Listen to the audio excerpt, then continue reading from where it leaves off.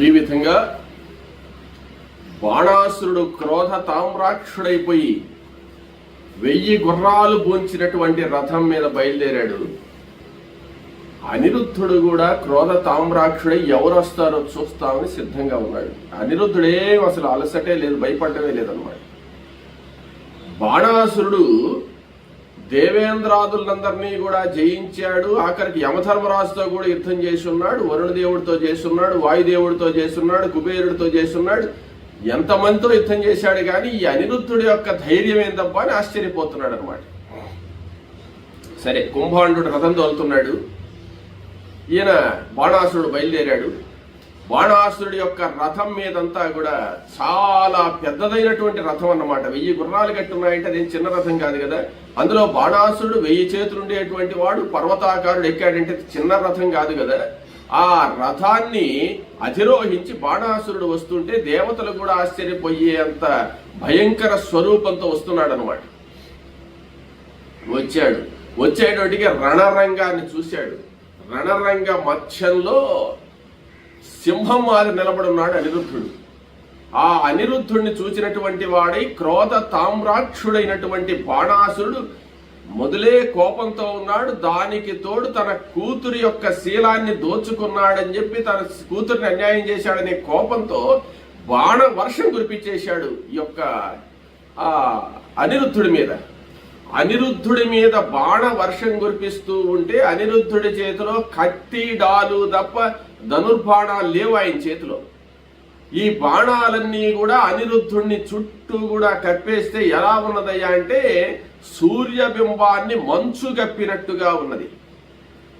ఈయన కత్తితోనే తన మీదకు వచ్చేటువంటి బాణాలన్నింటినీ కూడా కత్తితోనే విరిచేస్తున్నాడు అనమాట. కత్తితోనే అక్కడ గుండ్రంగా వలయాకారంలో తిరుగుతూ తనను తాకడానికి వచ్చినటువంటి ఆ యొక్క బాణాలన్నింటినీ కూడా కత్తితో ఖండిస్తూ నిలబడి ఉన్నాడు.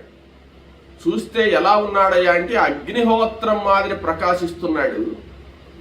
ఈ బాణాలన్నీ కూడా అగ్నిహోత్రం మీదకు పోయేటువంటి మిడతల మాదిరి పోతున్నాయి అన్నమాట. ఆ మిడతలు ఎలాగైతే అగ్నిహోత్రం దగ్గరికి పోయి అగ్నిలో దహనమైపోతాయో అదే విధంగా అనిరుద్ధుడు వలయాకారంలో తిరుగుతూ తిప్పేటువంటి కత్తి యొక్క వేగానికి వచ్చేటువంటి అగ్ని పరంపరలలో వీళ్ళ యొక్క బాణాలన్నీ కూడా ముక్కలై పడిపోతున్నాయి అన్నమాట. చూశాడు బాణాసురుడు. ఎన్ని విధాల ప్రయత్నించినా గాని కనీసం ధనుర్బాణాలు కూడా ధరించకుండా తాను ప్రయోగించేటువంటి బాణాలన్నింటినీ కూడా వ్యర్థపుస్తున్నటువంటి యొక్క అనిరుద్ధుడి యొక్క ప్రభావాన్ని చూసి ఆశ్చర్యపోయి ఇక బాణాలతో ఉపయోగం లేదని ఆయన ఏం చేశాడంటే శక్తి అనేటువంటి ఆయుధాన్ని ప్రయోగించాలి అనుకున్నాడు. శక్తి అనేటువంటి ఆయుధాన్ని ప్రయోగిస్తాము అనేటువంటి ఆలోచన ఎప్పుడైతే ఆ బాణాసుడికి కలిగిందో అదే సందర్భంలో ఆయన ప్రయోగించిన బాణాలన్నింటినీ కూడా ముక్కలు చేస్తూ ఉన్నటువంటి ఆ యొక్క అనిరుద్ధుడు విజృంభించినటువంటి వాడై ఒక్క ఉదుటున ఆ బాణాసుడి రథం ముందుకు వచ్చి కత్తితో బాణాసురుడి యొక్క 1000 గుర్రాలు చంపేశాడు. 1000 గుర్రాలు చంపేసి ముక్కలై పడిపోయినాయి 1000 గుర్రాలు కూడా.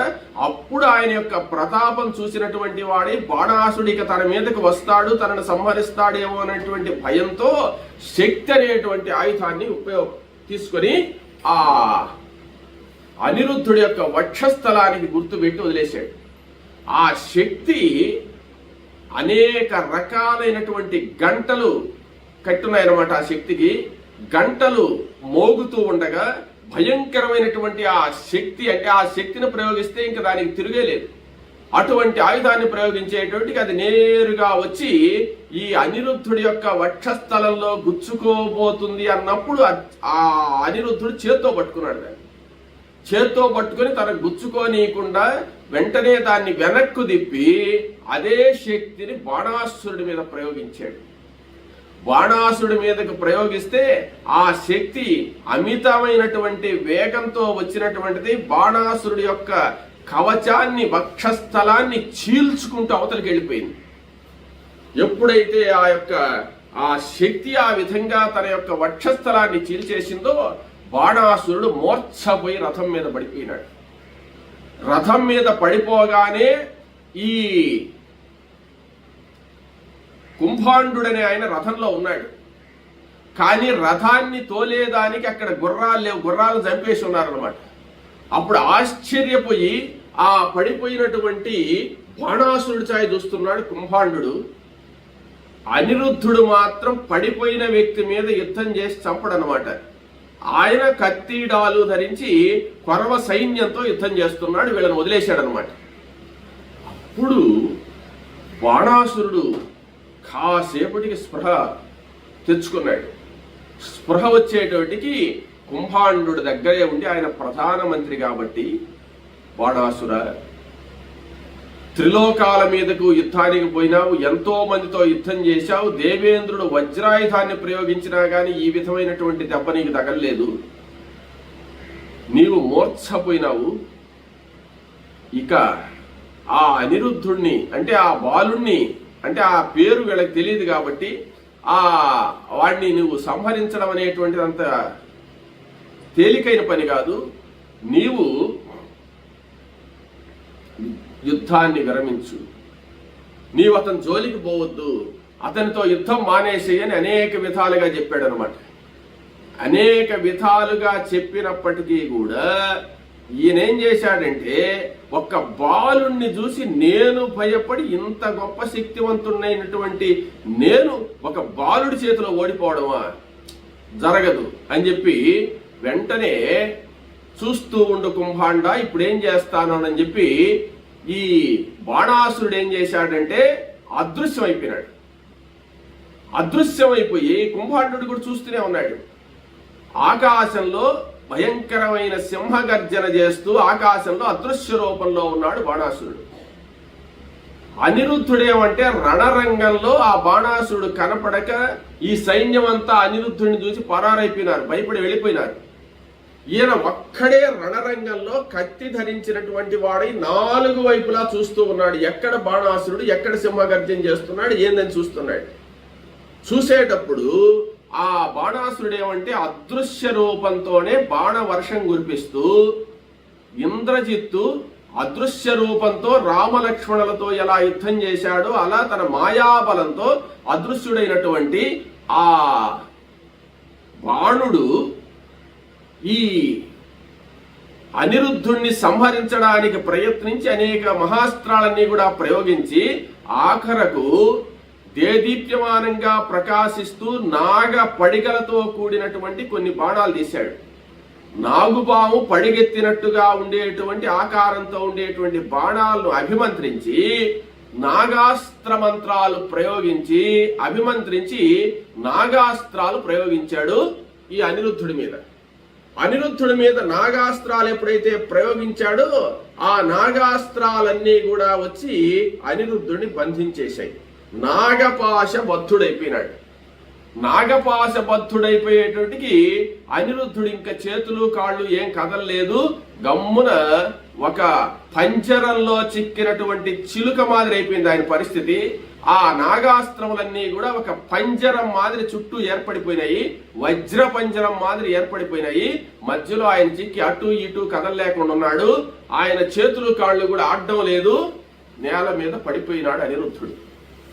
అంటే ఈ పంజరం వజ్ర పంజరం మాదిరి ఉండేటువంటి ఆకారంలో ఉండేటువంటి నాగపాశ బంధనాలనేవి మన కంటికి కనపడవు, అనిరుద్ధుడు ఒక్కడే కనపడుతున్నాడు. ఆ పాశాలు ఎప్పుడైతే వచ్చి చుట్టుకున్నాయో ఆ పాశాలు ఎవరికి కనపడవు గాని ఈయన యొక్క కాళ్ళు చేతులు కదలవు అన్నమాట. ఇంకా కత్తి ఆడించాలన్నా చేయి లేవడం లేదు, కాళ్ళు కదలడం లేదు, అటు ఇటు తిరగలేకుంటున్నాడు.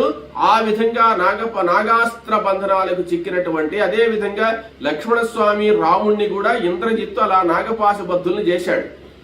చేసినప్పుడు గరుత్మంతుడు వస్తే అప్పుడు నాగబంధనాలు ఊడిన తర్వాత వీళ్ళు పైకి లేవగలిశారు అనమాట రామలక్ష్మణులు.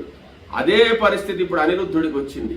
ఈ నాగపాశ బంధనాలకు బద్ధుడైపోయినటువంటి బంధింపబడినటువంటి ఆ యొక్క అనిరుద్ధుడు పడిపోయినాడు. అప్పుడు బాణాసురుడు ఒక్కసారి కుంభాండు ఛాయ చూశాడు. కుంభాండు ఛాయ చూసి చిరునవ్వు నవ్వాడు. ఏందో అంటివే, ఈ అనిరుద్ధుణ్ణి జయించలేవు నువ్వని ఏమైపోయినాడో చూడు, ఇప్పుడు ఇంకొక బాణాన్ని ప్రయోగిస్తున్నాను, ఈ బాణం గాని పోయి ఆ అనిరుద్ధుడి యొక్క శరీరం మీద తగిలిందంటే అనిరుద్ధుడి కంఠము ఆ యొక్క మొండెము వేరైపోతాయి, ఇప్పుడే సంహరిస్తాను చూడు అని బాణప్రయోగం చేయబోతున్నాడు. అప్పుడు కుంభాండు హుటాహుటిగా ఆ బాణుడి దగ్గరకు పోయి, బాణ ఆగు ఆగు, తొందరపడద్దు, ఆ యొక్క వీరుణ్ణి చంపద్దు. ఏమి అంటే ఒక్క విషయం చెప్తాను విను బాణాసుర, ఆ వీరుడు గాంధర్వ విధితో నీ కుమార్తెను పెళ్లి చేసుకోనున్నాడు. పెళ్లి చేసుకోనున్నందువల్ల నీవు ఇప్పుడు అనిరుద్ధుణ్ణి గాని సంహరిస్తే నీ భార్య, నీ యొక్క బిడ్డ యొక్క పసుపు కుంకుమలు పోతాయి. ఇంకొక విషయం ఆలోచించు, ఇంత మహావీరుడైనటువంటి వాడు, నిన్ను కూడా యుద్ధ రంగంలో జయించినటువంటి వాడు,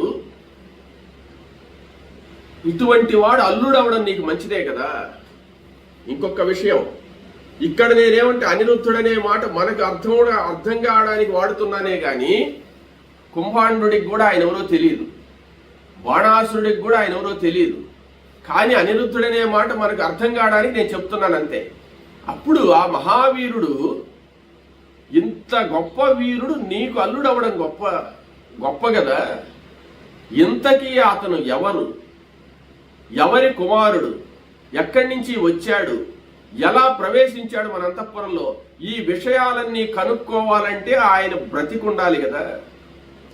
కాబట్టి అతన్ని సంహరించద్దు, నాగపాశబద్ధుణ్ణి చేసి బంధించావు కదా, బంధించు, తరువాత విచారిస్తాము.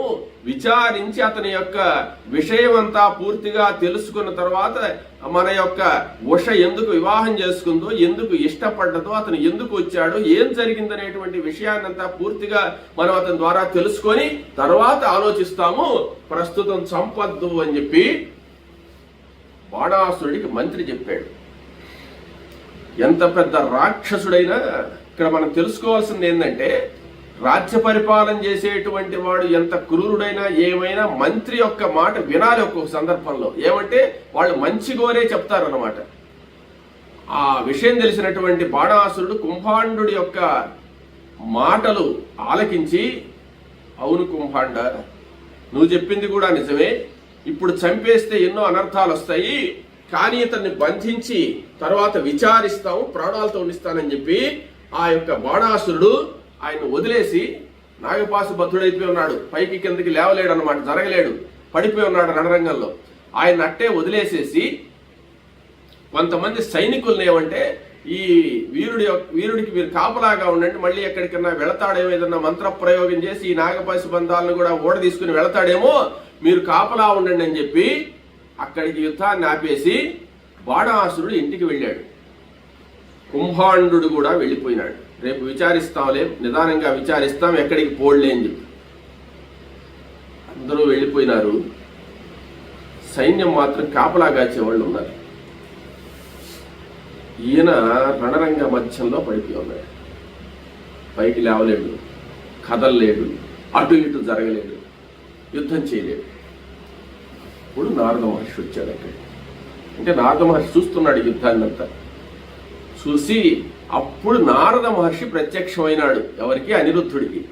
ప్రత్యక్షం అవ్వగానే నారద మహర్షిని చూడంగానే నమస్కరించాడంటే మానసికంగా చేతులు కాళ్ళు కదలవు, అయినా కానీ కళ్ళతో ఇట్టు అన్నాడు. అప్పుడు నారదుడు ఆయన స్పర్శించి ఆశీర్వదించాడు. ఆయన, అనిరుద్ధ, నువ్వేం భయపడద్దు, బాణాసురుడు నిన్నేం చేయలేడు, నేను వెళుతున్నాను తాతగారి దగ్గరికి. ఇప్పుడు నేను ద్వారకా నగరానికి వెళ్ళి మీ తాతతో విషయం అంతా చెప్పి మీ నాయనగారిని మీ తాతగారిని అందరినీ కూడా తీసుకుని వస్తాను, ఈ బాణాసుడి అంతు చూసేస్తాం మనం, నువ్వేం భయపడద్దు, నువ్వు చేసిందేం చెడ్డ పని కాదు, నేను పోయి చెప్తాలి అందరితోనూ, నేను తీసుకువస్తాను, నువ్వు గమ్మునుండని చెప్పి నారద మహర్షి ధైర్యం చెప్పాడు అనిరుద్ధుడికి. నారద మహర్షి చెప్పిన మాటలు విని అనిరుద్ధుడు సంతోషంగా ఉన్నాడు. నారద మహర్షి అంతర్ధానం అయిపోయినాడు. అంతర్ధానమై నేను ద్వారక్కి పోతున్నాను, వాళ్ళు వచ్చేస్తారు, మన వాళ్ళని తీసుకొస్తాను పోయినాడు. ఇక్కడ ఉష ఏం చేసిందంటే అంతఃపురంలో నుంచి బయటనే యుద్ధం జరిగింది, ఎక్కడో కాదు వాకిట్లోనే జరిగింది అనమాట యుద్ధం. ఆ రణరంగం దగ్గరికి వచ్చి ఆ అనిరుద్ధుడిని చూచి కన్నీరు మున్నీరుగా ఏడుస్తుందన్నమాట. ఏడ్చినప్పుడు అప్పుడు అనిరుద్ధుడు అంటున్నాడు, ఉషా ఎందుకు దుఃఖిస్తావు? ఈ విధంగా యుద్ధం చేసి అందరినీ జయించినప్పుడే కదా వీరుడు అనిపించుకుంటాను. ఇట్ట మహావీరుడు అనిపించుకున్నప్పుడే కదా నీకు కూడా ప్రఖ్యాతి. కాబట్టి నీ యొక్క భర్త గొప్పవాడు, చాలా గొప్పవాడని చెప్పి నువ్వు సంతోషపడాలి కానీ బాధపడుతున్నావు ఎందుకు? ఏమి ఇబ్బంది లేదు, బాణుడు నన్నేం చేయలేడు. మా తాతగారు వస్తారు, ఇప్పుడు కృష్ణ పరమాత్మ వచ్చాడంటే వీళ్ళెవ్వరూ ఏం చేయలేరు. ఆయన ఇటువంటి వాళ్ళు ఎంతమందినో చూచున్నాడు. కాబట్టి నాకైతే ధైర్యంగా ఉంది, నువ్వేం భయపడద్దు అని చెప్పి ఓదార్చి, ఆయన అనేక విధాలుగా ఓదార్చి ఆయన ఏం చేశాడంటే అప్పుడు ఎన్ని కష్టాలు ఉన్నప్పటికీ కూడా ఇటువంటి పరిస్థితుల్లో దుర్గాదేవిని గాని స్తుతిస్తే, దుర్గాదేవి స్తోత్రంగా చేస్తే ఈ కష్టాలన్నీ తొలగిపోతాయి.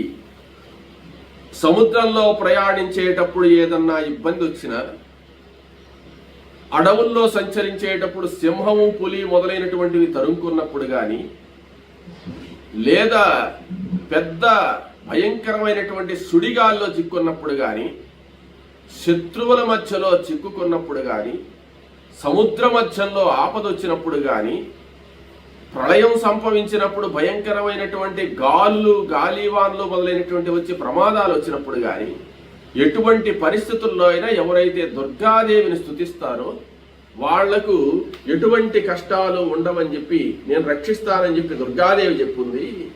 కాబట్టి ఇప్పుడు దుర్గాస్తుతి చేస్తాను నేను. దుర్గాస్తుతిగా చేస్తే ఆ కాళికాదేవి అనుగ్రహం వల్ల మనకు అన్నీ కూడా కష్టాలు తొలగిపోతాయని చెప్పి ఆయన ఏం చేశాడంటే ఒక దివ్యమైనటువంటి స్తుతి. దివ్యమైనటువంటి స్తుతి అంటే దుర్గాదేవి ఎటువంటి దుర్గమైనటువంటి కష్టాలన్నీ కూడా తొలగిస్తుందని చెప్పి ఆ అనిరుద్ధుడు ఆ కాళికాదేవి అంటే 3 రూపాలుగా ఉండేటువంటి మహాకాళి, మహాసరస్వతి, ఆ మహాలక్ష్మి స్వరూపమైనటువంటి 18 భుజ 18 భుజాలతో ప్రకాశించేటువంటి ఆ అమ్మవారిని స్తుతి చేశాడు. ఖడ్గం చక్రగదేషు చాపపరిఖాన్ శూలం భుసుండిం శిరః శంఖం సందతతింకరైస్త్రినయనాం సర్వాంగభూషాభృతాం నీలాస్మజ్యుతిమాస్య పాదదశికాం సేవే మహాకాళికాం యామస్తౌ స్వపితే హరౌ కమలజో హంతుం మధుం కైటభం అక్షస్రక్ పరసూగదేషు కులిశాన్ పద్మంగకుండికాం దండం శక్తిమసించ చర్మ జలజం ఘంటాం సురాభాజనం శూలం పాశ సుదర్శనే చితతిం నస్తై ప్రవాళ ప్రభాం సేవే సైరిభమర్దనీమిహ మహాలక్ష్మీం సరోజస్థితాం ఘంటాశూలహలాని శంఖముసలే చక్రం ధనుస్సాయకాన్ హస్తాబ్జైదతింఘరాంత విలస సీతాం సుతుల్య ప్రభాం గౌరీదేహ సముద్భవాంధ్రజగతామాధారభూతామహ పూర్వామత్ర సరస్వతీమనుభజే శుంభాదిదైత్యార్దినీం. మహాకాళి, మహాలక్ష్మి, మహాసరస్వతి స్వరూపమైనటువంటి ఆ జగన్మాతను స్తుతించాడు. మాతర్మే మధుకైటభగ్నిమహిష ప్రాణాపహారోజ్జమే హేలానిర్మితధూమ్రలోచనవదే హే చండముండార్ధని నిశ్శేషీకృత రక్తబీజనజయ నిశ్చే నిశుంభాపహే శుంభత్వం శ్రీ సంహరాశ్రుతం దుర్గే నమస్తేంబికే అనేటువంటి మంత్రాలతో తరువాత సప్తశ్లోకి దుర్గా స్తుతితో ఇంకా అనేకమైనటువంటి దుర్గా స్తుతులన్నీ కూడా ఆయనకు అనేకమైనటువంటి మంత్రాలన్నీ కూడా వచ్చు ఆ యొక్క అనిరుద్ధుడికి. ఆయన అనేక విధాలుగా దుర్గాదేవిని స్తుతించాడనమాట. దుర్గాదేవిని అనేక విధాలుగా స్తుతిస్తే ఈ అనిరుద్ధుడు స్తుతించినటువంటి దుర్గాస్థితి హరివంశ మూలంలో వివరంగా ఉందన్నమాట. ఆ స్తుతిని ఎవరైతే చేస్తారో వాళ్లకు అనేకమైనటువంటి ఏ విధమైనటువంటి కష్టాలన్నీ కూడా తొలగిపోతాయి అన్నమాట. అప్పుడు ఆ స్తుతి ఆయన చేయంగానే జగన్మాత అయినటువంటి కాళికాదేవి ప్రత్యక్షమైందట. అక్కడ కాళికాదేవి ప్రత్యక్షమై అనుగ్రహిస్తున్నప్పుడు కూడా ఈ సైనికులకు పక్కనుండే వాళ్ళకి ఏం కనపడలేదన్నమాట. మనం మామూలుగా అంటూ ఉంటాం, దేవుణ్ణి మనం చూడలేం కదా, ఒకవేళ నువ్వు దేవుణ్ణి చూస్తే నాకు కూడా చూపించు అంటుంటారు. చూపించమంటే చూపిస్తే కనపడే ఆయన కాదు దేవుడు అంటే. ఏమంటే ఎవరికి భక్తి ఉంటుందో, ఎవరు విశ్వాసం ఉంటుందో వాళ్ళకి మాత్రమే దర్శనమిస్తారు, కానీ పక్కనోడికి కూడా కనపడ్డన్నమాట. భగవంతుడు కానీ తర్వాత అమ్మని కానీ ఎవరైనా కానీ. ఎందువల్ల చెప్పగలుస్తున్నానంటే, స్వామి మీరు దేవుడి పూజ చేసినప్పుడు దేవుడు ఉన్నాడు ఉన్నాడు అంటున్నారు కదా, ఒక్కసారి మాకు చూపిండి అంటుంటారన్నమాట. కొంతమంది ప్రశ్నిస్తూ ఉంటారు, మీకు కనపడాల్సిన అవసరం ఏముంది దేవుడికి? 18 అక్షోహిణుల సైన్య మధ్యంలో అర్జునుడికి విశ్వరూపం చూపించాడు శ్రీకృష్ణ పరమాత్మ. ఆ 18 అక్షోహిణుల సైన్యానికి అసలు కనపడలా ఏమి. అక్కడ ఉండి 5-6 మంది మాత్రమే చూడగలిశారు. ఏమంటే అర్జునుడు, భీష్ముడు, ఆ సంజయుడు, వ్యాసుడు మొదలైనటువంటి వాళ్లే చూడగలిశారు, అందరికీ కనిపించలేదు కదా.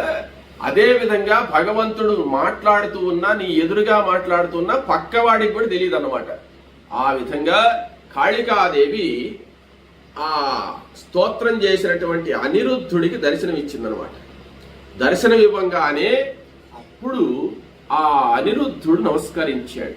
నమస్కరించి తన కష్టాన్నంతా కూడా చెప్పాడు. అప్పుడు ఆమె ఏమన్నదంటే, నాయన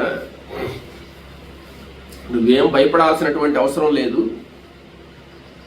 త్వరలోనే మీ తాతగారు వస్తారు, తాతగారు వచ్చి నిన్ను రక్షిస్తాడు, నీకన్నీ శుభాలే కలుగుతాయి, నువ్వు ఏమీ భయపడాల్సిన అవసరం లేదని చెప్పి ఆమె ఏం చేసిందంటే అనిరుద్ధుడి శరీరాన్నంతా కూడా అలా చేత్తో తవిడిందట. ఎప్పుడైతే ఆ జగన్మాత ఆ యొక్క అనిరుద్ధుడి యొక్క శరీరాన్ని తవిడిందో వజ్ర పంజరం మాదిరి ఉండేటువంటి నాగపాశ బద్ధాలన్నీ వెళ్ళిపోయినాయి. బంధనాలన్నీ కూడా ఎలా ఉన్నాయి అంటే వజ్ర పంజరం మాదిరి చుట్టుకొని ఉన్నాయట. ఆ యొక్క అదృశ్య రూపంలో వజ్ర పంజరం మాదిరి ఉండేటువంటి ఆ పాశాలన్నీ కూడా అమ్మవారి యొక్క చేయి తగలంగానే వెళ్ళిపోయినాయి. అక్కడ గరుత్మంతుడు వచ్చి అక్కడ నిలబడంగానే రామ లక్ష్మణుల యొక్క నాగపాశ బంధనాలు వెళ్ళిపోయినాయి. ఇక్కడ కాళికాదేవి వచ్చి నిలబడంగానే ఈ నాగపాశ బంధనాలు వెళ్ళిపోయినాయి.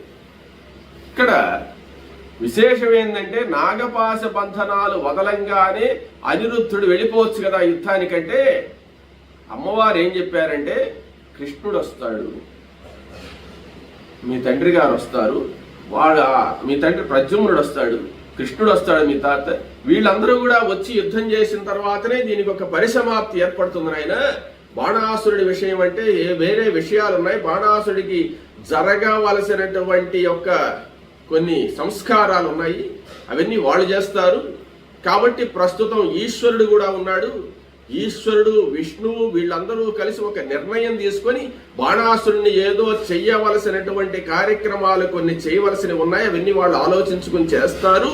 ప్రస్తుతానికి నీకు నాగపాశ బంధనముల వల్ల ఎలాంటి ఇబ్బంది లేదు.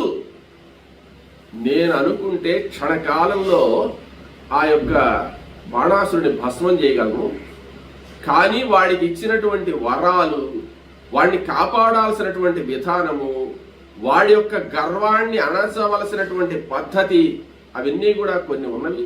అవన్నీ కూడా శివకేశవులు కలిసి చేస్తారు. కాబట్టి నువ్వు ప్రశాంతంగా ఉండమని చెప్పి ఆశీర్వదించినటువంటిది. అనేక విధాల స్తోత్రం చేస్తుండేటువంటి అనిరుద్ధుణ్ణి ఉషను ఆశీర్వదించినటువంటిది. ఆ జగన్మాత అదృశ్యమైపోయింది. జగన్మాత అదృశ్యమైపోయింది. చాలా సంతోషంగా ఉన్నాడు అనిరుద్ధుడు. అనిరుద్ధుడికి బాధలేం లేవు. ఎలా ఉన్నాడు అంటే అక్కడనే ఉన్నాడు అనమాట. ఆ సైన్య మధ్యలోనే మన నాగపాశ బంధనాలతో బంధింపబడిన వాడి మాదిరే ఉన్నాడు, కానీ నాగపాశ బంధనాల ప్రభావం మాత్రం లేదు. ఎలాగా? ఆంజనేయ స్వామితో ఇంద్రజిత్ యుద్ధం చేసినప్పుడు ఆ సుందరకాండలో ఆ ఇంద్రజిత్తు బ్రహ్మాస్త్రాన్ని ప్రయోగించాడు. బ్రహ్మాస్త్రానికి బద్ధుడైపోయినాడు ఆంజనేయ స్వామి.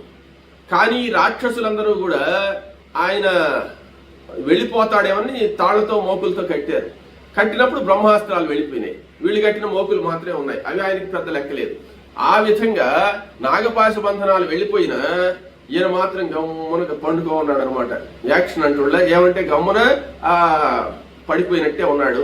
లేదంటే ఈయన లేచి అట్టా ఇట్టా తిరిగి పౌరుషం చూపించాడంటే మళ్ళీ సైనికులు పోయి బాణాసుడితో చెప్తారు, మళ్ళీ బాణాసుడు యుద్ధానికి వస్తాడు. ఇదంతా ఎందుకు, వాళ్ళు రావాలి కదా అసలు వాళ్ళు అని చెప్పి నేను గమ్మునున్నాడు.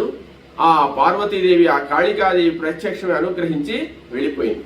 దీంట్లో ఉండే విశేషం ఏమిటంటే ఈ విధంగా అనిరుద్ధుడు చేసినటువంటి స్తోత్రం ఇది హరివంశ మూలంలో ఉంటుంది, సంస్కృత మూలంలో ఉంటుంది. ఆ స్తోత్రాన్ని ఎవరైతే దుర్గా స్తోత్రాన్ని ఎవరైతే పారాయణం చేసుకోగలరో వాళ్లకు ఎటువంటి కష్టాలైనా తొలగిపోతాయి నాయన అని వైశంపాయనుడు చెప్తున్నాడు. ఏమంటే అటువంటి స్తోత్రాలన్నీ కూడా ఒక్కొక్క పురాణంలో ఒక్కొక్క విశేషంగా పెట్టుంటాడు వ్యాసుల వారు. ప్రతి పురాణంలో ఏమిటయా విశేషము అంటే అమ్మని యొక్క భగవంతుడి యొక్క ఆ స్తోత్రాన్ని పెడతాడనమాట. ఆ స్తోత్ర ప్రభావం ఎలా ఉంటుంది అంటే ఇప్పుడు ఇంత కష్టంలో ఉండి పడిపోయినప్పుడు కూడా ఈమె మన యొక్క ఉషమ్మ సౌభాగ్య దేవతను స్తోత్రం చేసిందన్నారు కదా, ఆ సౌభాగ్య దేవత స్వరూపమైనటువంటి ఈ దుర్గాదేవి ఇక్కడికి వచ్చిందనమాట. వచ్చి ఈ ఉషమ్మకు ఎలాంటి ఇబ్బంది లేకుండా ఆమె యొక్క భర్తకు ప్రాణభీతి అనేటువంటిది లేకుండా చేసి అనిరుద్ధుణ్ణి ఓదార్చి వెళ్ళిందంటే ఆ మంత్ర ప్రభావం ఆ స్తోత్ర ప్రభావం ఎటువంటిదో గమనించండి. కాబట్టి మనం పురాణాలు వింటూ ఉంటాము, అన్నీ చేస్తూ ఉంటాం, కానీ దాంట్లో ఉండేటువంటి విషయాలు ఇప్పుడు మార్కండేయ పురాణం చదివామనుకోండి, మార్కండేయ పురాణంలో దుర్గా సప్తశతి ఉంటుందన్నమాట. అదేవిధంగా రామాయణం చదివాం, రామాయణంలో ఆదిత్య హృదయం మొదలైనటువంటి ఘట్టాలు, సుందరకాండ మొదలైనటువంటి ప్రత్యేకమైనటువంటి ఉంటాయి. అదేవిధంగా ప్రతి పురాణంలో కూడా భగవంతుడిని గురించి స్తోత్రం చేసి అనుగ్రహాన్ని పొందేటువంటి స్తోత్రాలు అనేకం ఉంటాయి. వాటిల్లో ఒక్కదాన్నైనా మనం గాని నిరంతరం జపించగలిస్తే దానికి మించినటువంటి ఫలం లేదు. ఇక్కడ ఈ స్తోత్రాన్ని ఈయన ఉపయోగించుకున్నందువల్ల ఫలితం కలిగింది వెంటనే ప్రత్యక్షం.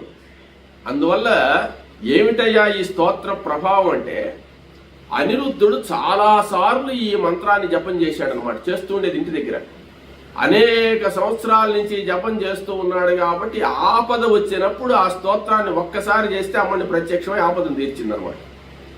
అందువల్ల మనం చేయాల్సింది ఏంటంటే రామ రామ అనేటువంటి మాటను ప్రాణం పోయేటప్పుడు ఒక్కసారిగా అంటే వాడు చేసినటువంటి పాపాలన్నీ కూడా నశించి మోక్షానికి పోతాడు అని చెప్పి ధర్మశాస్త్రాలు చెప్పాయి. ఇప్పటి నుంచి చేయడం దేనికి, ప్రాణం పోయే సమయంలో ఒక్కసారి రామ అంటే చాలు కదా, ఇప్పటి నుంచి ఇంత కష్టపడి పురాణాలు వినాలనా లేకపోతే తీర్థయాత్రలు చేయాలనా జపాలు చేయాలని మనం అంటుంటాం. ఇప్పటి నుంచి సాధన చేయింది కానీ ఆ సమయంలో గుర్తు రాదనమాట. అందువల్ల ఎందుకు చేస్తారు ఇదంతా అంటే అంత్యకాలంలో ఇదే స్మరణ గాని చేస్తూ ఉంటే మనకు మర్చిపోకుండా గుర్తొస్తుంది అప్పుడు. అందుకని అనిరుద్ధుడు అనేక సార్లు ఈ పారాయణాన్ని చేసుకుంటూ ఉన్నాడు. కాబట్టి ప్రమాదమైన పరిస్థితుల్లో పడిపోయినాడు. కాబట్టి ప్రాణం పోయేటువంటి పరిస్థితి కదా అనిరుద్ధుడికి ఇప్పుడు వచ్చింది. ఆయన ఇంకొక బాణం ప్రయోగించింటే ప్రాణం పోయి ఉండేది. ఎవరు ఆపారు? ఆ కుంభాండు పోయి నువ్వు చంపబాక అనిరుద్ధుడిని అన్నాడు.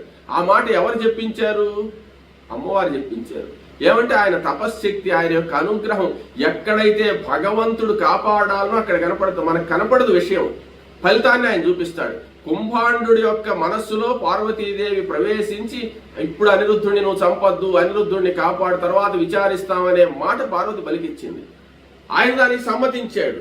యాదేవి సర్వభూతేషు బుద్ధి రూపేణ సంస్థిత నమస్తస్యై నమస్తస్యై నమస్తస్యై నమో నమః. అప్పుడైనా బాణాసుడు వినకుండా వెళ్ళొచ్చు కదా, చంపేస్తానని పోతాడు అనాలి కదా. కానీ యాదేవి సర్వభూతేషు బుద్ధి రూపేణ సంస్థిత, ఆ బుద్ధి రూపంలా ఉంటుంది. ఆ బుద్ధి రూపంలా ఉండి సరే ఆపిచ్చింది కూడా ఆమెనమాట. ఇక్కడ అనిరుద్ధుడికి వచ్చి ప్రత్యక్షమై నీకేం ఇబ్బంది లేదు, కృష్ణుడు వస్తాడు, మీ తండ్రి వస్తాడు, మీ తాత వస్తాడు అని చెప్పింది ఆమె.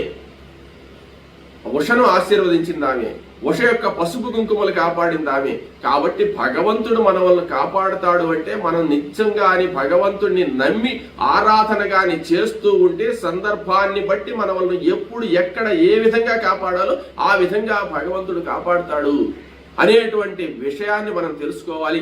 జనమేజయ మహారాజా అని చెప్పి వైశంపాయనుల వారు ఆ అనిరుద్ధుడి యొక్క వృత్తాంతాన్ని, కాళిక ప్రత్యక్షమైనటువంటి విషయాన్ని విశదంగా విశదీకరించినటువంటి వాడై ఈ సప్తమాశ్వాసాన్ని పూర్తి చేస్తూ ఇక అష్టమాశ్వాసం ప్రారంభమైనప్పుడు కృష్ణ పరమాత్మ ఆ యొక్క ప్రద్యుమ్నుడు మొదలైనటువంటి వాళ్ళందరూ కూడా బయలుదేరి బాణాసురుడి మీదకి యుద్ధానికి వచ్చి ఆ యుద్ధం ఎలా జరుగుతుందో, వాళ్ళంత సులభంగా యుద్ధానికి రాగానే ఇక్కడ ఈశ్వరుడు ఉన్నాడు, ఈయన జయించాలి కదా ముందు.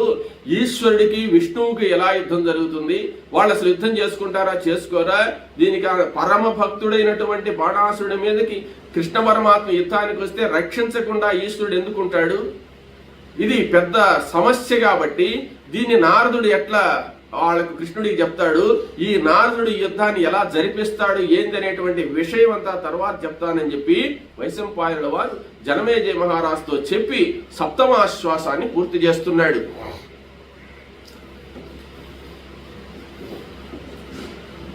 అనత అనత నృపతి కాంత హారహంసాపకారి ధ్వనిత గురుధను ప్రోధ్వాంత నారాచ వృష్టి వినమద మతార్థ విస్మిజాసార దృష్టి జనిత సుజన హర్ష సత్య నిత్య ప్రకర్ష. ఇది శ్రీ శంకర స్వామి సంయమీశ్వర శరణ సరోరుహధ్యానానంద సౌందర్యథుర్య శ్రీ సూర్య సుఖ విసంభవ శంభుదాస లక్షణాభిదేజ ఎర్రయనామధేయ ప్రణీతం వైన హరివంశంబున ఉత్తర భాగంబునందు సప్తమాశ్వాసము. స్వస్తి ప్రజాభ్య పరిపాలయంతాం న్యాయేణ మార్గేణ మహిం మహిషాః గోబ్రాహ్మణేభ్యః శుభమస్తు నిత్యం లోకాః సమస్తాః సుఖినో భవంతు. ఈ విధంగా మనం సప్తమాశ్వాసాన్ని పూర్తి చేసుకున్నాం. రేపటి నుండి అష్టమాశ్వాసంలోకి మనం ప్రవేశిస్తాం. స్వస్తి.